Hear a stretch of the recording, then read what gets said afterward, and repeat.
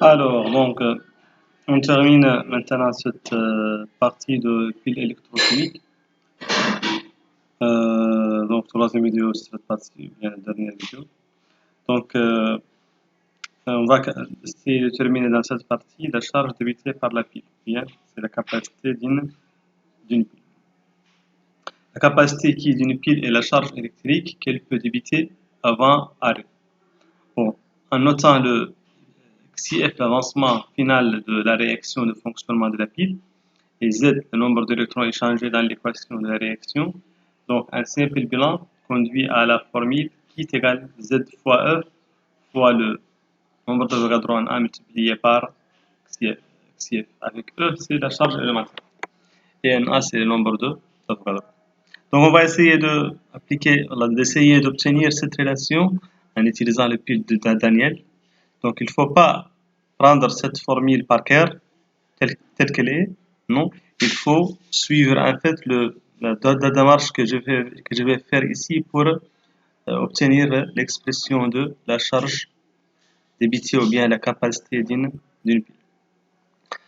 Voilà, donc notre pile est un pile réalisé avec deux demi-piles, l'un de zinc et l'autre de cuivre. Voilà, donc par définition, la charge débitée par la pile, c'est la charge électronique. Donc c'est le flux électronique le flux d'électrons qui va traverser la charge, le dipôle D, pendant la durée de fonctionnement. Donc on peut écrire ça de cette forme. Donc on peut dire que la charge qui est égale à nombre d'électrons échangés. Donc nombre d'électrons traversant la charge durant la durée de fonctionnement multiplié par E. Avec E, c'est la charge élémentaire.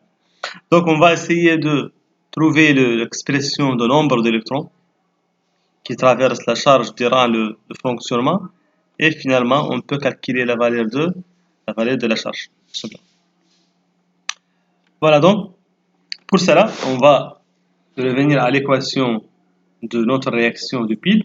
Donc c'est Ci2 plus ZNS donne Ci2 plus AQ plus Ci solide. Bon, j'ai dit dans un vidéo précédent qu'il faut toujours indiquer à côté de l'équation bilan, il faut toujours indiquer le nombre d'électrons échangés. Donc ici, nombre d'électrons échangés est égal à 2 des électrons échangés pour cette équation bilan. Ça veut dire que si on considère par exemple, si on considère une mole de Ci2+, ça veut dire qu'on a des moles d'électrons sont échangés. Si on consomme une mole de Ci2+, ça veut dire qu'on a des moles d'électrons échangés. Voilà, donc dans notre réaction, donc on considère toujours les plaques sont toujours annexées. Voilà, donc les solides sont annexés et les ions sont consommés lors de fonctionnement du pile. Donc si on fait un tableau d'avancement pour cette réaction, donc on a pour les ions Ci2+, on a la concentration initiale des ions Ci2+, c'est un nombre de moles initial. Pour les ZNS, c'est forme solide, donc c'est annexé.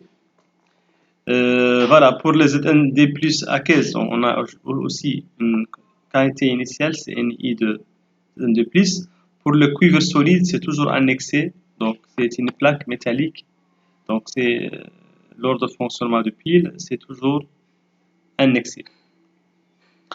Voilà, donc à l'état final, donc la valeur consommée, donc c'est Ni de Ci2+, moins l'avancement final. Ici, c'est toujours annexé. Pour Zn2+, c'est Ni Zn2+, plus l'avancement final. Et ici, le solide, c'est annexé. Donc, en supposant que la réaction est totale, donc on suppose toujours que la réaction est totale, et que le réactif limitant, donc l'actif limitant doit être le Ci2+. Ça veut dire que l'avancement final, ce n'est que le nombre de moles initial de Ci2+. Donc, on considère ici, par exemple, le nombre de moles initial de Ci2+, c'est 5 fois 10 moins 3 moles, et celle de zinc D+, c'est 1 fois 10 à la puissance moins 2 moles. Voilà, donc maintenant on a trouvé une relation entre l'avancement final et le nombre de moles initial de CI2+. Voilà, donc on peut dire que à l'état final, donc si on consomme XIF mol de CI2+, donc ça veut dire qu'on a échangé 2 XIF mol d'électrons. Donc d'après là, le remarque que j'ai écrit ici, donc pour une mol de CI2+ disparaît, on a 2 moles d'électrons échangés. Ça veut dire que pour XIF mol de CI2+ disparaît, on a 2 XIF mol d'électrons échangés. Voilà, donc maintenant on peut calculer le nombre d'électrons. Le nombre d'électrons, ce n'est que le nombre de moles multiplié par le nombre d'Avogadro. Voilà, donc on peut dire finalement que le nombre d'électrons qui traversent le dipôle, qui traverse le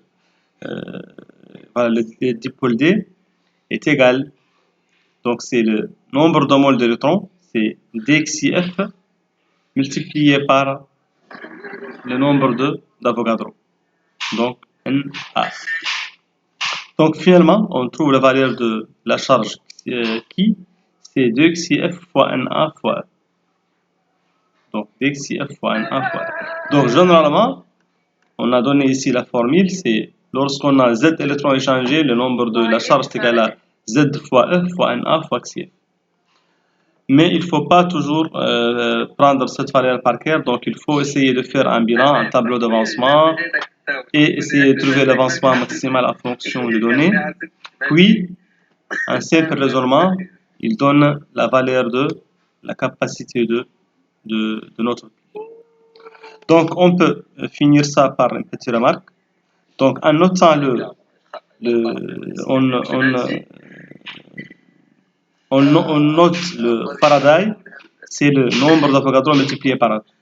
Le Faraday, donc on note, c'est le nombre d'Avogadro fois E, est égal à peu près 96 500 coulombs. Maintenant, l'unité de la charge débitée, c'est le coulomb. Donc, dans les batteries, donc, vous voyez que l'unité, c'est l'ampère fois R, ampère R. Donc, on peut tout simplement remarquer que le coulomb, ce n'est que l'ampère fois le seconde, comme le courant, c'est dQ sur dt, donc le coulomb, c'est l'ampère fois le seconde. Donc, ça veut dire que 1 ampère R est égal à 3600 coulombs. Donc, c'est pour les gens qui aiment les unités et la conversion. Voilà, donc c'est tout ce qu'on peut dire pour le calcul de la capacité d'une pile. Et donc, la prochaine vidéo sera sur le potentiel d'électrode et les formules de Nernst. Et merci.